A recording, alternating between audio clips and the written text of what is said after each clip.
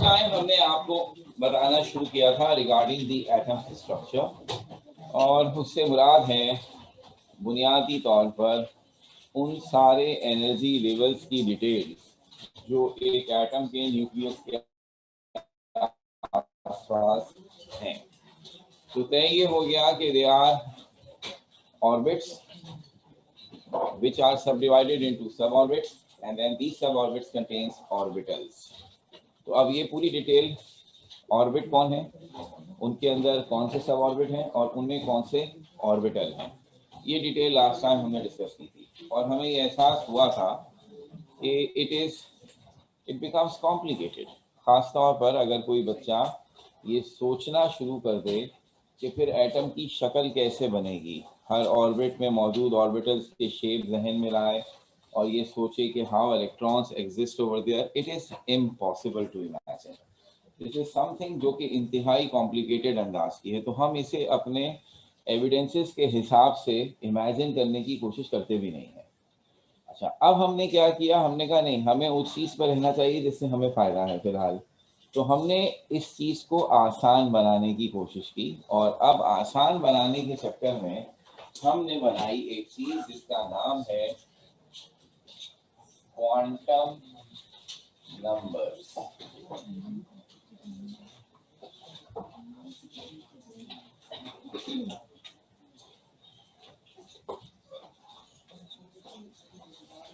इसे हम और आसानी की खातिर कहते हैं एड्रेस ऑफ इलेक्ट्रॉन। कराची में रहते हैं, कहाँ रहते हैं, इसका एक एड्रेस है, और वो इस वजह से है कि कराची में क्योंकि ये शहर है तो हमने लोगों के रहने की जगहों को ऑर्गेनाइज किया हुआ है, पूरे शहर को इलाकों में बांटा हुआ है, फिर उन इलाकों में हर गली के नंबर हैं, हर मकान का नंबर है, इसलिए किसी के भी घर को लोकेट करना आसान है। जंगल में रहते होते तो वहाँ दरख्तों पे नंबर नहीं लगे हुए होते, तो ये बताना नामुमकिन है कि आप कौन से दरख्त पे घोंसला बना के बैठे हैं, ठीक है ना।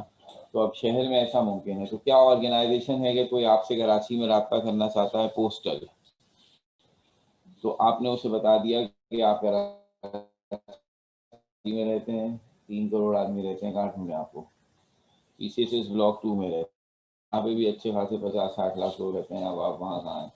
तो अब पीसीएसएस ब्लॉक 2 की तमाम गलियों के नंबर हैं और मकानात को ABCD कह के पुकारा जाता है। तो अब आप गली का नंबर बताएंगे 114, तो पूरे पीसीएसएस ब्लॉक 2 में 114 नाम की एक ही गली होगी।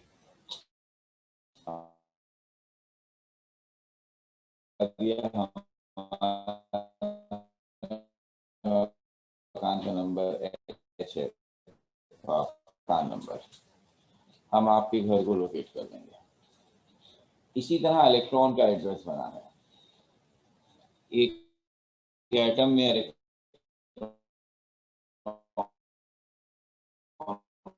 है उसी में होता है, हर ऑर्बिट के कौन से सब ऑर्बिट में है। दूसरी इंफॉर्मेशन, हर सब ऑर्बिट में बहुत सारे ऑर्बिटल्स हो सकते हैं, आप कौन से ऑर्बिटल में हैं। जब आपको तीसरी इंफॉर्मेशन ऑर्बिटल पता चल गई, तो अब हर ऑर्बिटल में 2 इलेक्ट्रॉन हैं, आप कौन से वाले हैं। तो ये 4 इंफॉर्मेशन तक के बाद हम आसानी से किसी भी इलेक्ट्रॉन को लोकेट कर सकते हैं।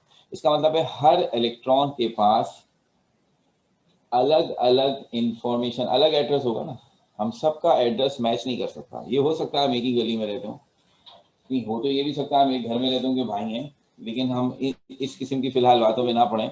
तो हर इलेक्ट्रॉन का एक यूनिक एड्रेस होगा, जिस जगह एक इलेक्ट्रॉन है उस जगह दूसरा नहीं हो सकता। तो हमने फैसला किया कि बजाय इन चक्कर में पढ़ने के, इस चक्कर में भी पढ़ते हैं, लेकिन जाहिर सी बात है जिनकी ये फील्ड है वो ये काम करते हैं कि एग्जैक्ट मैथमेटिकल कैलकुलेशंस के जरिए ऑर्बिट्स का हिसाब लगाना, उनकी सारी मैथ्स पढ़ना, फिर ये बात कि ये जो हमने वेव्स का कॉन्सेप्ट दिया है इसके लिए ज़रूरी है कि हमारा फिजिक्स में वेव्स का कॉन्सेप्ट स्ट्रॉन्ग हो, हम उसकी सारी इक्वेशंस जानते हैं, जो अभी हमने पढ़ी नहीं है तो हम तो जान ही नहीं सकते। और फिर उसके बाद हम वो सारी मैथ्स करके इमेजिन करें, शेप बनाएं ऑर्बिटल्स के। तो ये वो काम है जो ख़ास तौर पर क्वांटम साइंस पढ़ेंगे, वो हमारा काम नहीं है, ना हमें ज़रूरत है। तो इसलिए हमने इसका फैसला किया कि हम हर ऑर्बिट की actual value, actual energies, actual फॉर्मूलों की जगह हर एक को नंबर दे दें। इसी तरह उसके अंदर जितने पॉसिबल सब ऑर्बिट हैं उन्हें भी नंबर दे दें। इसी तरह हर ऑर्बिटल, सब ऑर्बिट में जितने पॉसिबल ऑर्बिटल हैं उन्हें भी नंबर दे दें। और फिर हर ऑर्बिटल में जो दो इलेक्ट्रॉन होते हैं उनमें फर्क होता है उनकी स्पिन का, तो उनकी स्पिन प्लॉट करके हम इलेक्ट्रॉन्स की कंप्लीट लोकेशन डिस्क्राइब करेंगे। तो वो आर्बिट्रेरी नंबर्स, फर्जी नंबर, जो हम इलेक्ट्रॉन्स की एनर्जी को रिप्रेजेंट करने के लिए सिंबॉलिकली इस्तेमाल करते हैं, वो कहलाते हैं क्वांटम नंबर्स। तो ये क्वांटम नंबर्स इलेक्ट्रॉन्स की मुख्तलिफ एनर्जीज की वैल्यू की जगह एज ए सिंबल इस्तेमाल हो रहे हैं। तो अब हमें ये याद रखना है किस नंबर से कौन सी एनर्जी मुराद है और क्या वैल्यूज हैं उन नंबर्स की। That's it. तो हम हर एटम का हर इलेक्ट्रॉन आसानी से लोकेट कर सकते हैं। तो इसीलिए हमने कहा ये एड्रेस ऑफ इलेक्ट्रॉन है। These numbers are used to locate, to represent energy and location of electron in an atom. तो ये नंबर्स इलेक्ट्रॉन की एनर्जी और उसकी लोकेशन को रिप्रेजेंट करने के लिए इस्तेमाल होते हैं। और हमारे हिसाब से चूंकि हर इलेक्ट्रॉन के पास 4 तरह की एनर्जी है, यानी total energy of electron will be the sum of 4। हर इलेक्ट्रॉन के पास 4 एनर्जीज हैं। एक जो उसके न्यूक्लियस से डिस्टेंस की वजह से है, जिसे आप ऑर्बिट कहते हैं। एक उसके एंगुलर मोमेंटम की वजह से है, जिसे आप सब ऑर्बिट कहते हैं। एक उसके मैग्नेटिक मोमेंट की वजह से, जिसे आप उसकी डायरेक्शन कहते हैं। और एक उसकी स्पिन की वजह से है। तो ये चारों एनर्जीज को हम 4 तरह के नंबर्स असाइन करेंगे और उसकी मदद से हम इलेक्ट्रॉन की लोकेशन को समझेंगे। सो 4 quantum numbers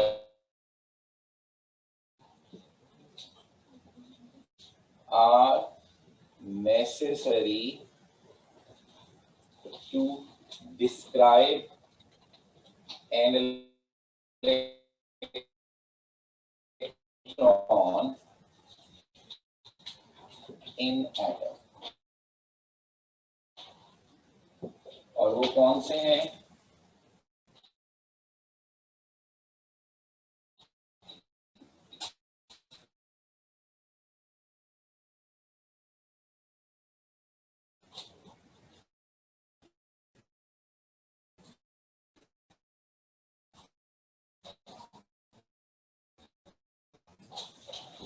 क्वांटम, और ये सब ऑर्बिट को जाहिर करेगा।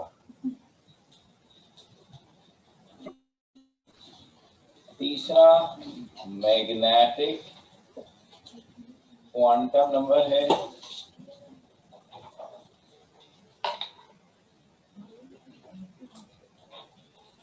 जो कि ऑर्बिटल्स के लिए होगा। और चौथा है स्पिन क्वांटम,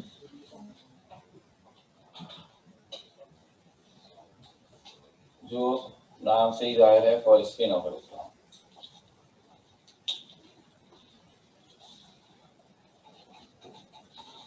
तो कॉन्सेप्ट बन गया, हमें अंदाजा हो गया हर एटम में जो इलेक्ट्रॉन्स होते हैं दे कैन बी लोकेटेड और traced with the help of these 4 information. तो अब हमें सिर्फ ये मालूम कर रखना है यार, आसान कर, मैंने कहा नहीं तो आसान करना है ना, मुश्किल थोड़ी करनी है।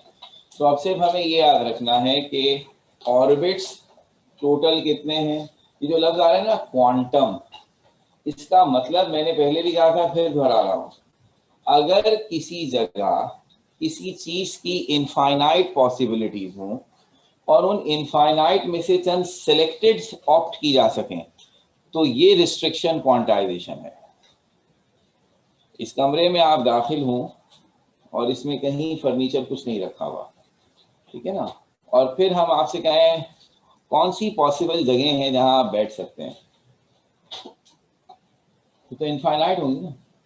और फिर उसके बाद अगर हम ये रिस्ट्रिक्शन लगा दें कि नहीं आपको हर जगह बैठने की इजाजत नहीं है, ये हमने कुर्सियां लगा दी हैं बस इसी के ऊपर बैठेंगे, और उसमें भी जाहिर सी बात है जो एक सिटिंग जहाँ है वहाँ बैठेंगे ना, दो सीटों के बीच में जो है जगह वहाँ तो नहीं बैठ सकते। ये जो आपके सामने डेस्क लगा, बैठ क्यों नहीं सकते भाई, बैठ जाते हैं, बदतमीजी भी शुमार होगा ना। इन सीटों के होते हुए भी फर्श में नहीं बैठ सकते, बैठ सकते हैं, थोड़ा बेइज्जती फील होगी ठीक है ना, और लगेगा। अच्छा यहाँ इसके ऊपर छत के ऊपर यहाँ ये भी तो जगह है, ये तो शुक्र है सेंटर वालों को पता नहीं चला, यहाँ तख्ते लगा के एक और सेकंड फ्लोर बना रहे। कितने बच्चे आ जाते हैं यार, ओहो, तो मैंने कभी सोचा ही नहीं, अब सोच रहा हूँ।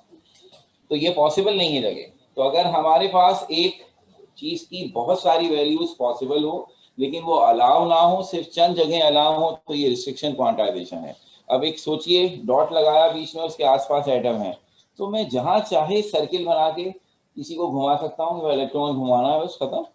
तो उनका नहीं, there are only 7 fixed places जहां इलेक्ट्रॉन सर्कुलर पाथ में घूम सकता है, सिर्फ 7 हैं, बाकी जगहों पे ये अलाउ नहीं है। तो दिस रिस्ट्रिक्शन इज क्वांटाइजेशन। तो इस हिसाब से जब मैं कह रहा हूं कि इलेक्ट्रॉन के पास 4 तरह की एनर्जी है, तो उन 4 तरह की एनर्जी में इलेक्ट्रॉन को पाबंद बनाया गया है कि वो सिर्फ चंद पॉसिबल वैल्यूज ऑप्ट कर सकता है, इसीलिए तो नंबर लगा दिए।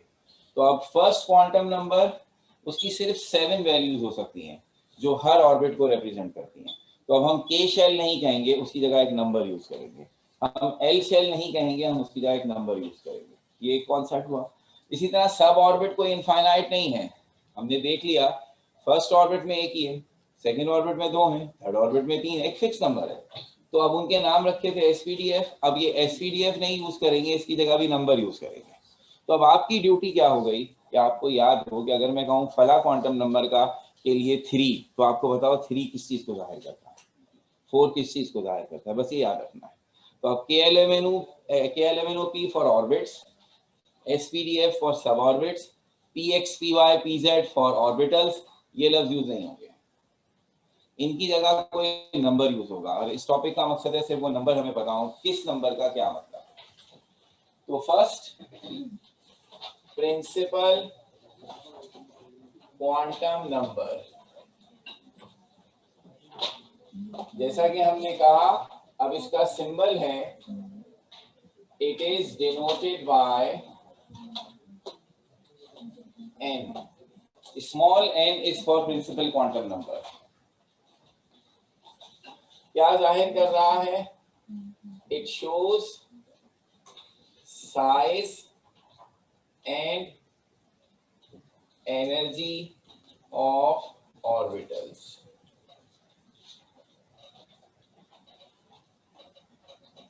दो बातें, इसकी वैल्यू से हमें एनर्जी से भी अच्छा इस्तेमाल कर दूं, अगर size and distance of electron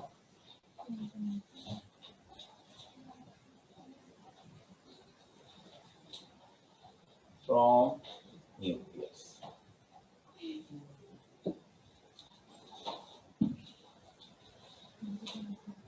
तो n की वैल्यू दो चीजें बता रही है, एक साइज, ऑब्वियसली साइज ऑर्बिटल का, और distance from the electron from the nucleus. जैसे आप लिखते हैं ना ऐसे 1s 2s 3s 4s 5s 6s, ऐसे लिखा है, ये सब s है ना, ऑर्बिटल भी s है, सब ऑर्बिट भी s है। तो फर्क किस चीज में आ रहा है सर? इस नंबर में। तो ये नंबर आपको ये जाहिर कर रहा है कि ये s फर्स्ट ऑर्बिट का है, ये s सेकंड ऑर्बिट का है, ये था। तो क्या फर्क हुआ इस बात से कि एक 1s का है, एक सेकंड s का है, एक थर्ड का है? साइज। ऑर्बिटल का शेप तो वही रहेगा, स्फेरिकल होता है इसका। 1s का इमेजिन कर लेते हैं ऐसा होगा, तो 2s का थोड़ा बड़ा, 3s का और बड़ा, 4s का और बड़ा। इसका मतलब है जब हम ये नंबर बढ़ाते हैं जो कि कोफिशिएंट में लगा हुआ है, which is principal quantum number, तो आपकी इमेजिनेशन ये होगी कि उस ऑर्बिटल का जो शेप है वो तो वही है, साइज बढ़ता जाएगा। अगर मैं कहता हूँ 2px 3px 4px 5px, तो सब px हैं, शेप तो एक जैसा है, डायरेक्शन भी एक जैसी, एक्स एक्सिस, साइज बढ़ता जाएगा। और साइज बढ़ने से वो इलेक्ट्रॉन न्यूक्लियस से और दूर होता जाएगा। So that's why this number represent one the distance, second the size. और distance लिखा तो खुद ब खुद जो चीज दूर होती जा रही है उसकी एनर्जी बढ़ रही है। अब छोटी छोटी सी कुछ बातें हैं जो पढ़ते ही n हो गया प्रिंसिपल क्वांटम नंबर, इसके कैरेक्टरिस्टिक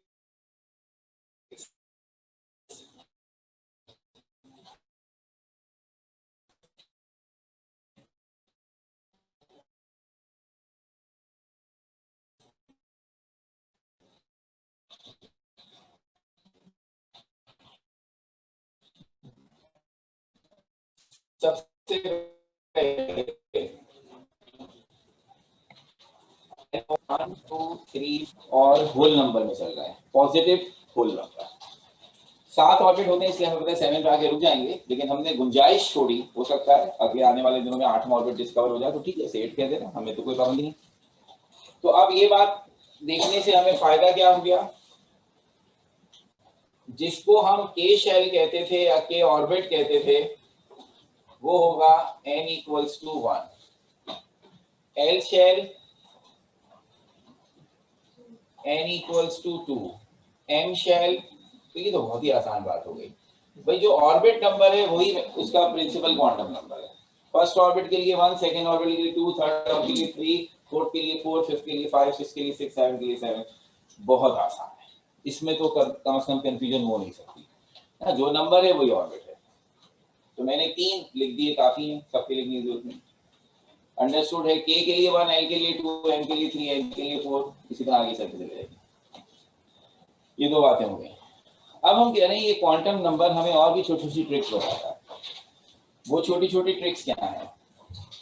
नंबर 3, ये जो n है shows the number of sub-orbit in orbit।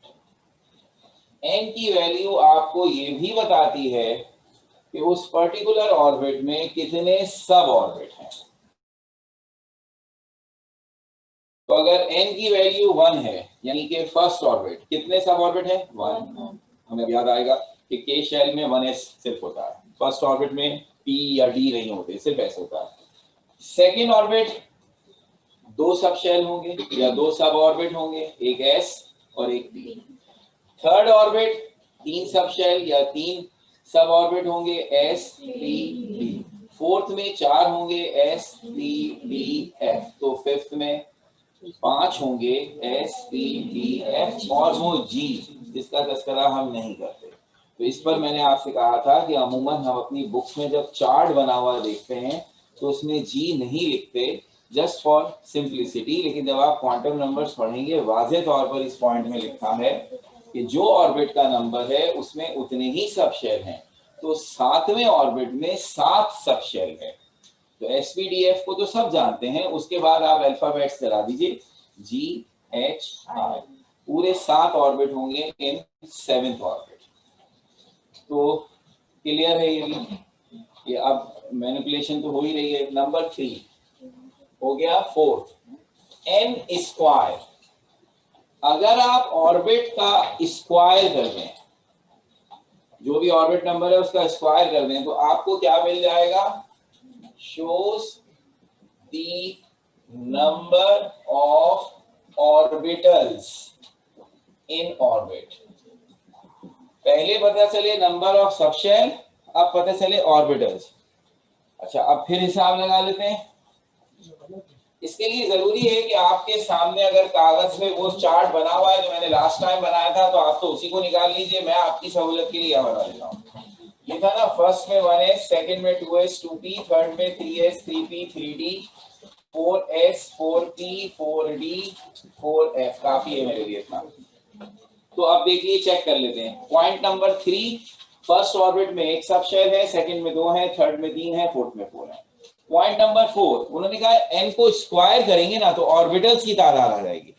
आप सिर्फ पहले ऑर्बिटल्स की तादाद खुद निकाल लें, फिर चेक करते फिरेंगे n स्क्वायर के बराबर है कि नहीं। फर्स्ट ऑर्बिट में कितने ऑर्बिटल्स होंगे? सिर्फ एक। 1s में 1 ऑर्बिटल होता है, उसे कहते भी s ऑर्बिटल है। इधर s में 1 होता है और p में तीन होते हैं, p x p y p z. Last time तो हमने शेप तक बनाए हैं इनके। तो टोटल कितने ऑर्बिटल हो गए? 4।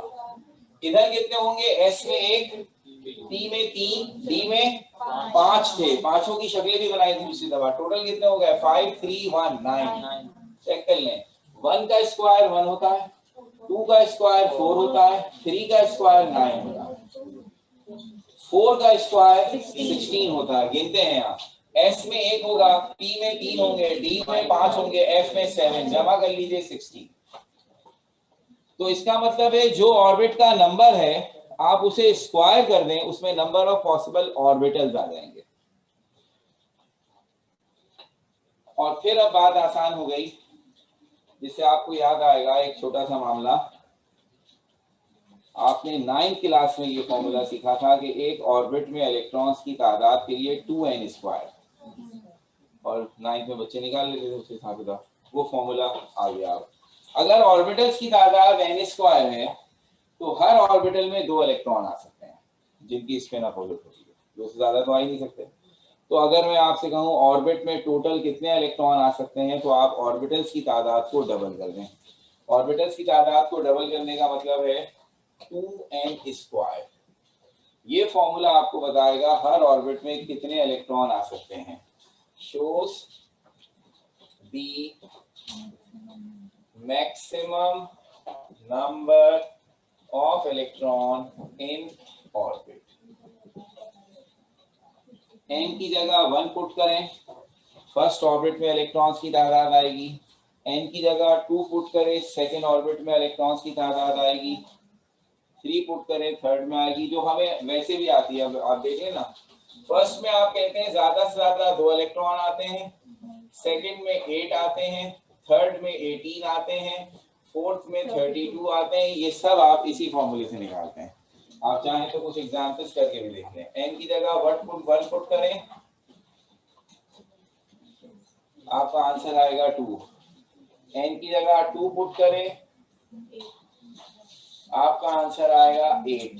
n की जगह 3 पुट करें, आपका आंसर आएगा 18। इसका मतलब ये हुआ कि ये क्वांटम नंबर एक लिहाज से ऑर्बिट की सारी जिम्मेदारी अपने अंदर संभाले हुए है। इस ऑर्बिट के लिए कौन सा नंबर है ये भी बता दिया। हर ऑर्बिट में कितने सब ऑर्बिट हैं ये भी इसी नंबर से पता चला। हर ऑर्बिट में कितने ऑर्बिटल्स हैं इसका स्क्वायर कर दीजिए। हर ऑर्बिट में कितने इलेक्ट्रॉन आ सकते हैं आप उसके स्क्वायर को 2 से मल्टीप्लाई कर दीजिए। तो आप n ही की मदद से सारी इंफॉर्मेशन ले सकते हैं। So that represents the orbit, principal quantum number. ठीक है। अब अगर मैंने किसी भी इलेक्ट्रॉन के लिए आपको बता दिया प्रिंसिपल क्वांटम नंबर, तो आपको उसके कम से कम ऑर्बिट का पता चल गया।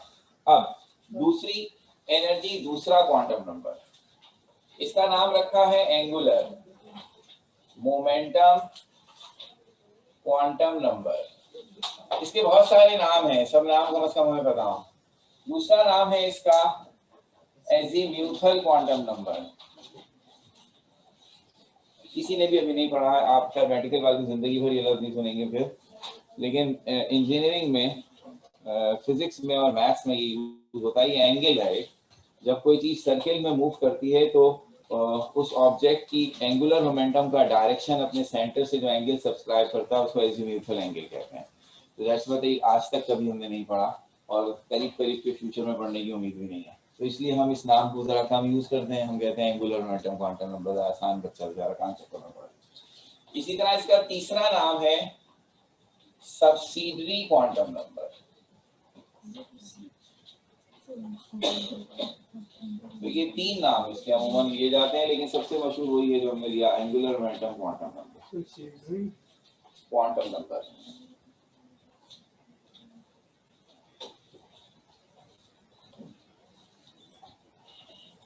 अब इसके लिए भी सब वही बातें करते हैं। यहाँ से छोटी सी कंफ्यूजन होगी, अमूमन बच्चे जल्दबाजी में ना इसका ख्याल नहीं रख पाते। वो क्या है? It is denoted by small L. वो स्मॉल एन है, ये एल है। फिर आप यही चाहेंगे सर वैल्यूज क्या है? अब हमें पता है ना सब ऑर्बिट तो SPDF हैं, तो किसके लिए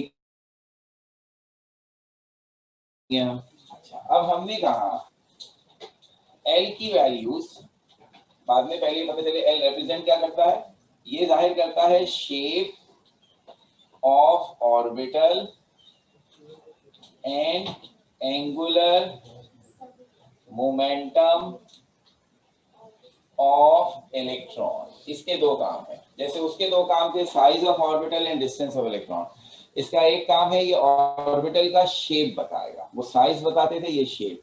जब हम आपको ये बता दें, फर्ज कर लें कि ये सब शेल जो है वो S है, तो S का शेप स्फेरिकल है, ये P है। अब चाहे वो PX हो, PY हो, PZ हो, द शेप इज डम्बल।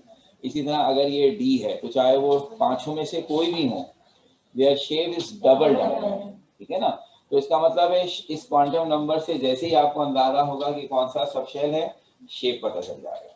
और ये क्वांटम नंबर जिस एनर्जी को रिप्रेजेंट कर रहा है वो है ही एंगुलर मोमेंटम। उसी के बेस पर हमने कहा कि एक ही ऑर्बिट में इलेक्ट्रॉन से एक न्यूक्लियस से एक ही डिस्टेंस रखकर एक इलेक्ट्रॉन अलग अलग एंगुलर मोमेंटम के साथ रह सकता है, जिसकी वजह से सब एनर्जी लेवल बने।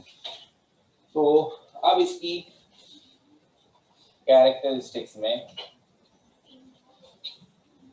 सबसे पहली चीज वैल्यू ऑफ L, ये है 0, 1, 2, 3 एंड सो ऑन। तो अब फर्क सिर्फ ये रखा हमने N और L में कि L की वैल्यू 0 से शुरू होगी, और इसी तरह होल नंबर है, डेसिमल में नहीं है और पॉजिटिव होल नंबर है, नेगेटिव में भी नहीं है। तो 0, 1, 2, 3, 4, अब जितने भी सबशेल हों, फिर वही बात, चूंकि हम 4 सबशेल से प्रैक्टिकली इंटरेक्ट करेंगे SPDF, तो इसलिए प्रैक्टिकली 0, 1, 2, 3 यही 4 वैल्यूज हमारे काम आएंगी। लेकिन हमने गुंजाइश छोड़ी कि वो जो G सबशेल है, अगर वो आइडेंटिफाई होता है तो उसके लिए वैल्यू फिर हमने 4, 5, 6 ऐसे बनाते चले जाएं। बिल्कुल एक ही चीज है। इसका मतलब क्या हुआ?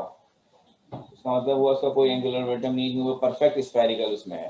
तो ये 0 वैल्यू नहीं है, ये आर्बिट्रेरी वैल्यू है। इसका ये मतलब लेना है आपके इसकी वैल्यू, इसकी एनर्जी 1 है, इसकी 2 है, जी नहीं, ये नंबर सिंबॉलिक नंबर दे दिए हमने। They are not representing actual value, ठीक है, दे आर रिप्रेजेंटिंग सिंपल। हमने आपको आसान बनाने के लिए के बजाय इसके कि कॉम्प्लिकेटेड सा फॉर्मूला आए, बोर की थ्योरी में किया ना, फॉर्मूले निकाले थे, तो याद हो, अगर कैसे याद हो सकता है, बगैर डेरिवेशन याद नहीं होती मुश्किल से, तो फॉर्मूले क्या याद होंगे? उसमें एक्चुअल फॉर्मूला आया था कि फर्स्ट ऑर्बिट की एनर्जी सेकेंड ऑर्बिट की एनर्जी, मुझे याद है, ये था फॉर्मूला।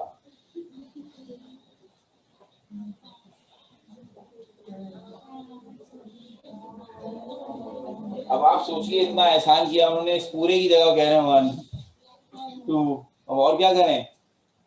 तो आप कह रहे हैं 0 हो गई, ऐसे तो दिल में ना। तो जिस तरह ये तो डेरिवेशन हम करवा के याद हो गई हमें। एंगुलर मोमेंटम की मैंने जिंदगी में एक दफा मास्टर्स में डेरिवेशन की थी, सिर्फ एक दफा, वो भी ठीक से याद भी नहीं कि फॉर्मूला क्या आया था। तो उस वक्त कहा था, वारिस सर ने ये कहा था, दुआ करो उन्होंने क्वांटम नंबर बना दिए, वरना तो आपको ये सारी डेरिवेशन कर करके ये फॉर्मूला है भाई। उन्होंने आसानी कर दी आपके लिए, तो इसलिए हम उस आसानी से फायदा उठा रहे हैं। अब असल चीज क्या है, सबशेल अगर L की वैल्यू 0 हो तो इसका मतलब है S, L की वैल्यू 1 हो तो P, L की वैल्यू 2 हो तो D, और L की वैल्यू 3 हो तो F, जिनसे आपका पाला पड़ेगा। तो अब अगर G हो तो 4, वो तो बढ़ता जाएगा, लेकिन उसकी जरूरत नहीं पड़ेगी। अब भूल क्या जाते हैं अक्सर, क्योंकि प्रिंसिपल क्वांटम नंबर 1 से शुरू होता है, तो अब हम कभी एकदम से पूछते हैं ना S के लिए, तो हम कहते हैं 1, हमारे दिल ये कहते हैं S तो पहला है तो 1 होगी। बस ये नहीं भूलना है, ये शुरू हो रहा है 0 से, तो जो पहला सबशेल है S वो 0 है, P 1 है, D 2 है, F 3 है। तो अगर ये ना भूलें आप तो बड़ा मसला हल जाएगा। अब जरा गौर से सुनिएगा,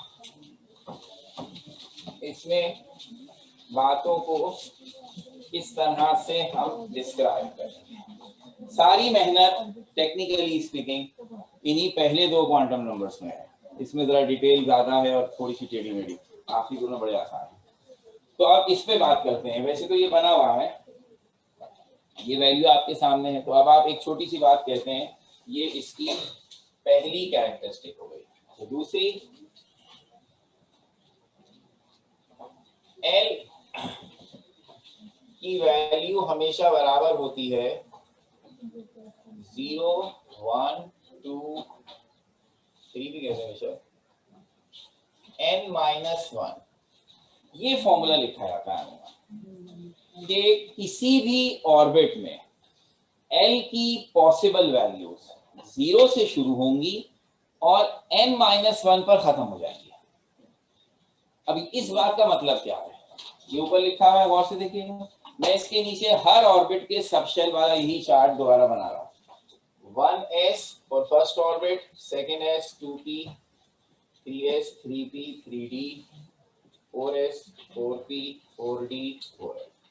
ये फर्स्ट ऑर्बिट है, ये सेकेंड ऑर्बिट है, ये थर्ड ऑर्बिट है, ये फोर्थ ऑर्बिट है। ठीक है, अब जरा देखिए जो ऊपर बात मैंने की उसका मतलब क्या है। किसी भी ऑर्बिट में, जब आप किसी भी ऑर्बिट में जाएंगे तो आपको ये पता हो कि जो ऑर्बिट का नंबर है L की वैल्यू उससे एक कम होगी। फर्स्ट ऑर्बिट में L की वैल्यू क्या है? 0। और फर्स्ट ऑर्बिट में n की वैल्यू क्या है? 1। तो L n से एक छोटा हुआ, 1 में से 1 माइनस करेंगे 0। जब n 2 है तो L की मैक्सिमम वैल्यूज क्या है? एक 0 है और एक 1, यानी 2 से एक पहले खत्म हो गई। n की वैल्यू थी 2, तो L की मैक्सिमम वैल्यू क्या निकली? 2 से एक पहले यानी 1। तो अब थर्ड ऑर्बिट में L की मैक्सिमम वैल्यू क्या होनी चाहिए? 2।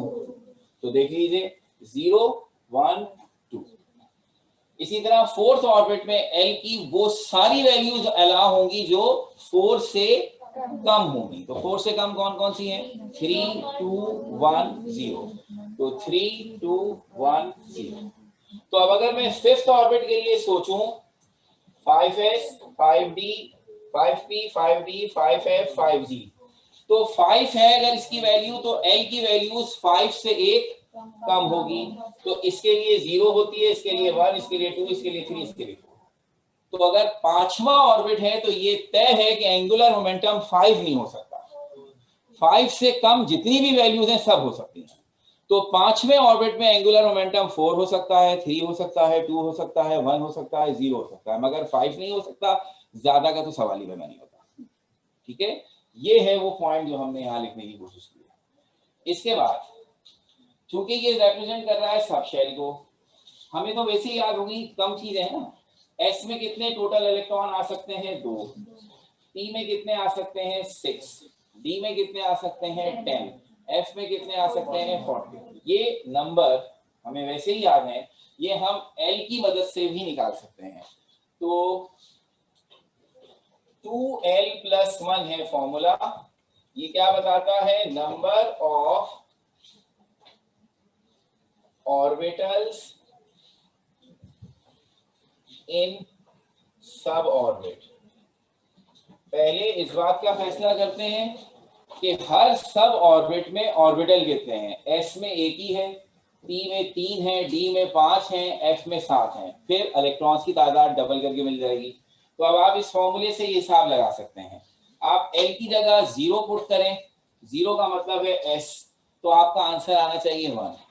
आप L की जगह 1 पुट करें यानी कि P, तो आपका आंसर आना चाहिए 3, क्योंकि P में 3 ऑर्बिटल्स हैं। तो ये ऑर्बिटल्स इन सब ऑर्बिट का फॉर्मूला हुआ। मैं इसकी वैल्यूज निकालता हूं। जब L की वैल्यू 0 है यानी कि S सबशेल, तो नंबर ऑफ ऑर्बिटल्स क्या होंगे? 2l+1। आप L की जगह 0 रखें, आपका आंसर आएगा 1, क्योंकि 2 0 0। L की वैल्यू 1 है यानी कि P सबशेल, तो P सबशेल में ऑर्बिटल्स की तादाद आनी चाहिए 3। तो 2l+1 में जब आप L की जगह 1 पुट करेंगे तो आंसर आएगा 3। इसी तरह अगर आप इसकी जगह 2 पुट करते हैं तो आंसर आएगा 5, 3 पुट करते हैं तो आंसर आएगा 7। और अब जैसे कि पीछे भी किया था, वहां था n² सब ऑर्बिटल्स की तादाद है ऑर्बिट में, और ये 2l+1 ऑर्बिटल्स की तादाद है सब ऑर्बिट में। और ऑर्बिटल में ज्यादा से ज्यादा 2 इलेक्ट्रॉन होते हैं। तो अगर आप इस तादाद को डबल कर देंगे तो ये इलेक्ट्रॉन्स की तादाद बन जाएगी। तो the last point is 2 times 2l plus 1 is equals to number of electrons in suborbit।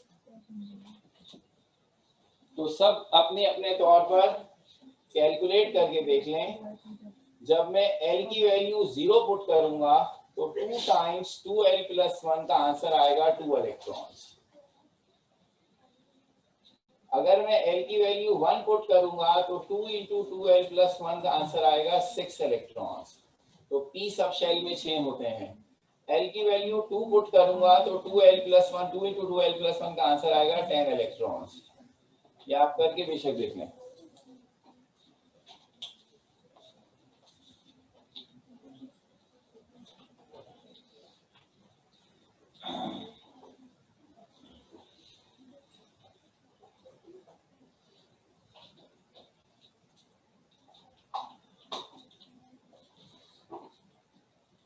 Orbit, distance from the nucleus, सब ऑर्बिट, उसी में मौजूद डिफरेंट एंगुलर मोमेंटम्स। अब जो ऑर्बिटल्स हैं उनका कॉन्सेप्ट ये था कि ऑर्बिटल्स के जिनका ताल्लुक एक ही सब ऑर्बिट से है, डिस्टेंस भी सेम है, एंगुलर मोमेंटम भी सेम है। जैसे px, py, pz 3 ऑर्बिटल हैं p सब शेल के, उनमें झगड़ा किस बात का? मतलब किसी चीज का नहीं, their energy is absolutely equal because वो न्यूक्लियस से एक ही डिस्टेंस पर है और उनका एंगुलर मोमेंटम भी सेम है। तो px, py, pz एनर्जी के एतबार से बिल्कुल एक जैसे हैं। उनमें फर्क है डायरेक्शन का। उतनी ही एनर्जी लेकर एक इलेक्ट्रॉन का जोड़ा x एक्सिस पर है, एक इलेक्ट्रॉन का जोड़ा y एक्सिस पर है, एक इलेक्ट्रॉन का जोड़ा z एक्सिस पर है।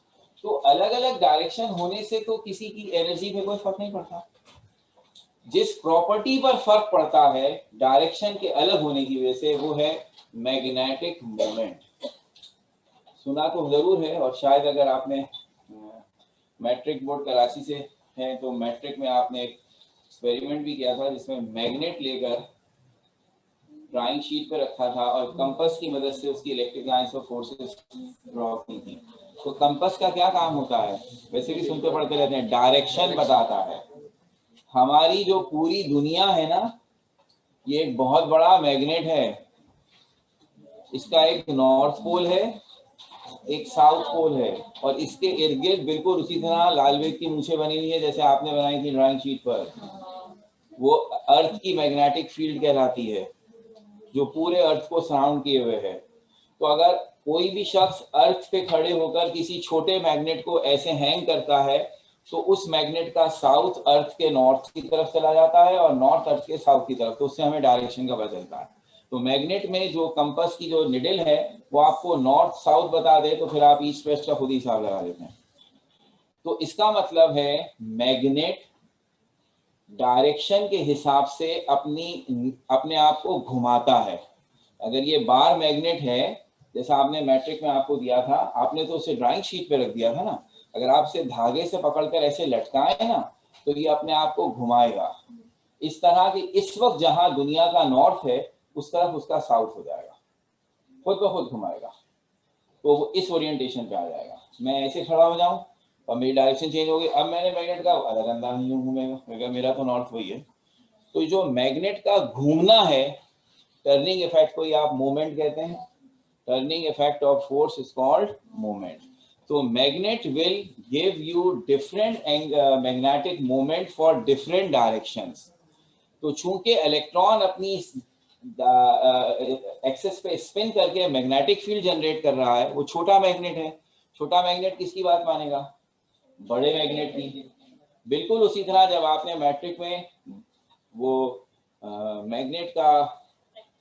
मैग्नेट की जो है वो क्या कहते हैं उसको, बार मैग्नेट आपने ड्राइंग शीट पे रखा तो वो हो गया बड़ा मैग्नेट, और जो आपका कंपास था वो था छोटा मैग्नेट। तो छोटा मैग्नेट बड़े मैग्नेट की बात मान रहा था। आप उसे मुख्तलिफ जगहों पे रखते थे, हमेशा उसकी निडल ऐसे उठ जाती थी, अब्बा यहाँ, ठीक है ना। तो अब ये अगर आप बार मैग्नेट हवा में उठा देते तो अब ये बच्चा होता और इसका अब्बा होता दुनिया। तो अब ये वहां घूमता जहां दुनिया का नॉर्थ है। तो हर छोटा बड़े की बात मानता है। मैग्नेट बहुत ही ओबीडियंट फैमिली है भाई, हम लोगों की तरह नहीं है। अल्लाह इनको सबको जन्नत में भेजेगा। तो अब यही हमने उसूल रखा, हर एटम में जो इलेक्ट्रॉन है वो छोटे मैग्नेट है। तो अगर आप किसी भी सब्सटेंस को एक स्ट्रॉन्ग मैग्नेटिक फील्ड में एग्जामिन करें तो जो px, py और pz के इलेक्ट्रॉन हैं वो तीनों के तीनों अलग अलग मैग्नेटिक मूवमेंट देंगे because of their different direction. इस तरह हमें पता चला कि जो p सब शेल है उसमें तो एंगुलर मोमेंटम भी सेम है, उसमें तो डिस्टेंस भी सेम है। तो अब कैसे पता चले कि उसमें कितने टाइप के इलेक्ट्रॉन्स हैं? तो हमें उनकी डायरेक्शन से पता चला। p सब शेल ने हमें 3 मैग्नेटिक मोमेंट दिए, d सब शेल ने हमें 5 मैग्नेटिक मोमेंट दिए, f सब शेल ने हमें 7 मैग्नेटिक मोमेंट दिए, जिससे हमें पता चला दी पॉसिबल डायरेक्शंस दे है। उसकी बिना पर अब फिर ये बहुत मुश्किल चीज है, अगर हम एक्चुअल कैलकुलेशंस मैग्नेटिक मोमेंट की करने बैठे तो हमें लग पता चल जाएगा कि हमने कैसे ये सब निकाले थे। लेकिन यहाँ फिर हमने आसानी की, हमने कहा कोई जरूरत नहीं उधर जाने की, पॉसिबल वैल्यूज के लिए पॉसिबल नंबर्स असाइन कर दीजिए, सिंबॉलिक नंबर्स। तो तय ये हुआ number 3 is magnetic quantum number. ये क्या जाहिर कर रहा है? Direction of orbital and magnetic movement of electron. कोई कैरेक्टरिस्टिक लंबी चौड़ी नहीं है, सिर्फ ये बताना है कि कौन सी वैल्यू किसको जाहिर कर रही है। तो m इसका सिंबल है, बेसिकली एक बात रह गई m, स्मॉल m, वो n था l था, अब ये m है।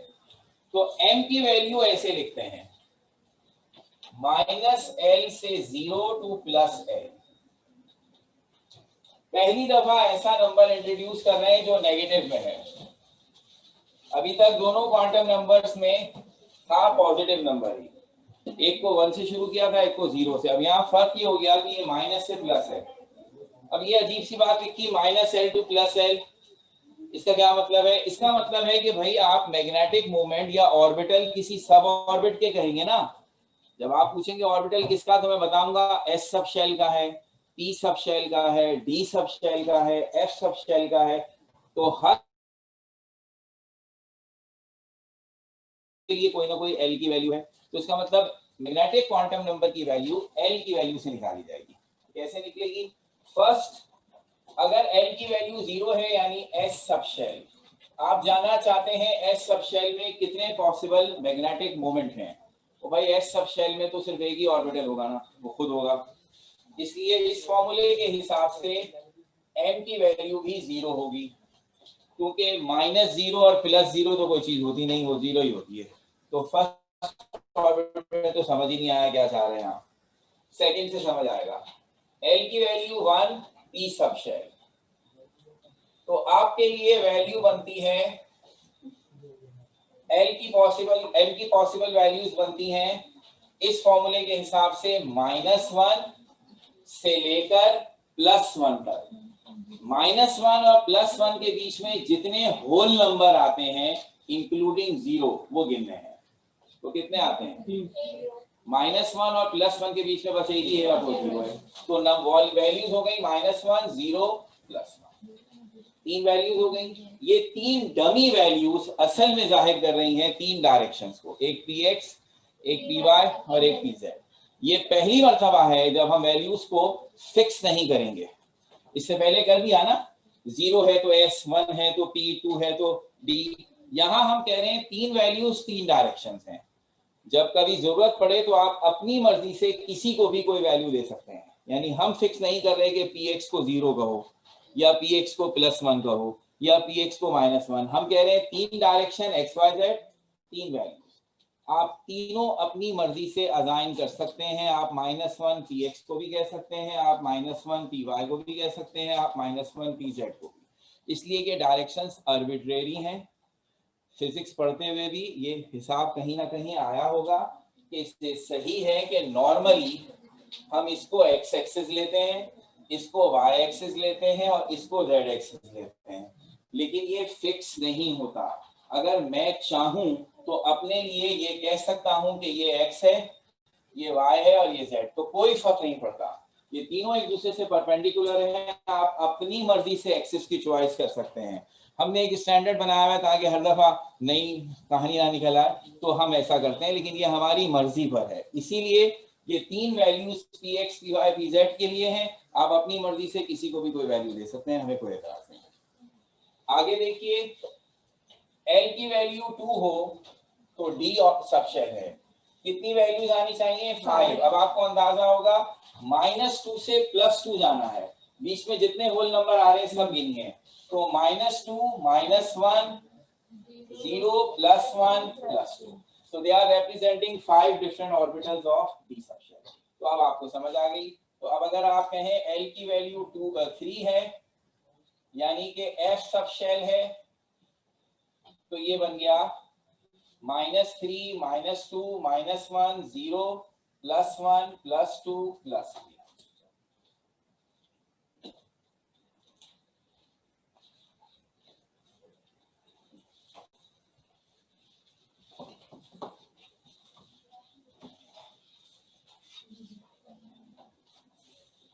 Since they are showing orbitals, उसमें हमें पता है 2 ही इलेक्ट्रॉन आते हैं, इसलिए इसकी और कोई मजीद कैरेक्टरिस्टिक्स नहीं है। और सबसे आखिरी वाला बहुत ऑब्वियस हो गया, spin quantum number. It is for small s है and it is for the spin of electron in orbital। और हमें ये पता है एक ऑर्बिटल में 2 इलेक्ट्रॉन होते हैं, उनकी 2 स्पिन होती हैं। उन दोनों स्पिन्स के लिए हमने जो सिंबॉलिक वैल्यू दी है वो है +½ एंड -½ तो ये पहला क्वांटम नंबर है जो फ्रैक्शंस में है। और देखिए हर तरह के नंबर आ गए, शुरू में होल नंबर था जो 1 से शुरू हुआ, दूसरे वाले में भी होल नंबर था जो 0 से शुरू हुआ, तीसरे वाले में नेगेटिव नंबर भी आ गए, और अब इसमें नेगेटिव भी है और फ्रैक्शन भी आ गई। तो अब इसमें भी हिसाब यही है, 2 तरह की स्पिन हो सकती है, क्लॉकवाइज, एक एंटी क्लॉकवाइज। लेकिन हमने यहाँ भी फिक्स नहीं किया है कि +½ एक स्पिन है, -½ दूसरी स्पिन है। ये आपकी मर्जी है, आप किसको क्लॉकवाइज कहें, किसको एंटी क्लॉकवाइज, बस हमारे लिए ये दोनों अपोजिट हैं। तो आप +½ के लिए क्लॉकवाइज का लफ्ज यूज कर दें तो भी चलेगा, +½ के लिए एंटी क्लॉकवाइज का लफ्ज यूज कर दें तो भी कोई एतराज नहीं, बस जो आप +½ को देंगे -½ उससे अपोजिट होगा, दैट्स इट। अब ये जो नंबर्स का खड़ाक हमने फैलाया है, ये बड़ी सोच समझ के लिए हैं नंबर, और अब इन नंबर्स को जब हम इस्तेमाल करेंगे, इनकी खूबियां देखेंगे, तो इससे ही बनती है वही इलेक्ट्रॉनिक कॉन्फ़िगरेशन का भी पूरा हिसाब होगा, और इससे ही कुछ ट्रिक्सी क्वेश्चंस भी बनेंगे। तो अब हमारी नेक्स्ट कहानी इलेक्ट्रॉनिक कॉन्फ़िगरेशन के 4 प्रिंसिपल्स हैं, उन सब में ये इस्तेमाल होगा। Pauli exclusion principle, Aufbau principle, N+L rule और हुंड्स रूल, उनको भी पढ़ेंगे, उनकी प्रैक्टिस भी करेंगे, तो फिर हम इस काबिल हो जाएंगे कि इनसे रेलेवेंट कुछ क्वेश्चंस भी अब करेंगे। ठीक है ना, अब इस्तेमाल करने का भी काम आएगा, सिर्फ सुनने से काम नहीं चलेगा। Thank you.